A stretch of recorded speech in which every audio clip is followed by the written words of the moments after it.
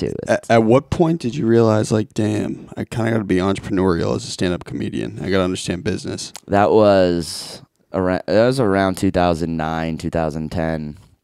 My good friend Kyle Plouffe, who's still a comedian, but he's more of a writer now. He lives in LA. He's a screenwriter. Shout out to Kyle. Shout out to Kyle. I just saw him. I just hung out with him a couple weeks ago, but he really sort of was like, hey, man, if you want to do this, like, you got to do it like this. And he sort of taught me how to be a businessman. And it was really, I always got to give him credit. Like, everything changed after that. Like, because I just thought it was all about being funny, and like, that's 10% at the best. It'd be nice if it was just like that, right? I wish it was.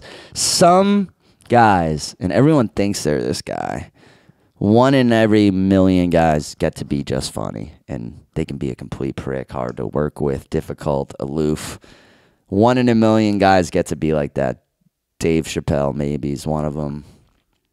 But the majority of people, it's like you gotta work really hard. You gotta be kind of like nice, even when you don't want to be sometimes. You gotta be easy to work with. I'd say that's number fucking 1. Yeah, people gotta like you, right? People just gotta go, huh?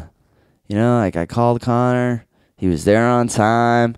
He didn't waste anyone's time. Like, you know what I'm saying? It's like, people remember that shit so much, and I think that was a big thing. You know, in my early days of comedy, when I wasn't necessarily killing every night, I always had like clean clothes.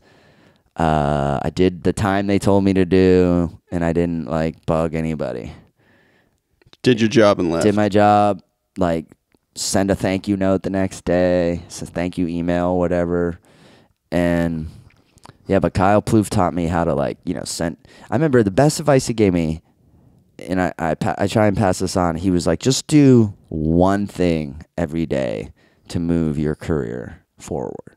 Like, write a joke, do a podcast, do, I do the same shit daily. Film a sketch, like, whatever. Meet somebody. Just one thing a day, and you'll be shocked at how that starts to click, you know? He's dead.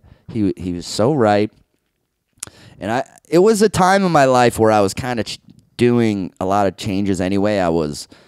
I recently quit drinking, so I was starting to work out and get back in shape. So I was kind of going through this, like, what's You got a little fervor in you. Yeah, a little fervor in me. Like, let's get the changes going. Like, let's make changes. You didn't feel as vapid. Is that the word? Vapid. Vapid. So Kyle was like, and Kyle was doing very well and working all the time. So I was like, all right, I'm just going to I basically did half what he did. And I started booking weekends. And you were talking about being a full-time comic. It's like, I had the benefit of a horrible recession, right? So it was like, I was trying to get jobs. I couldn't even get a job at like Uno's Pizzeria, fucking waiting tables and shit. You would have had material for years. I know. Yeah.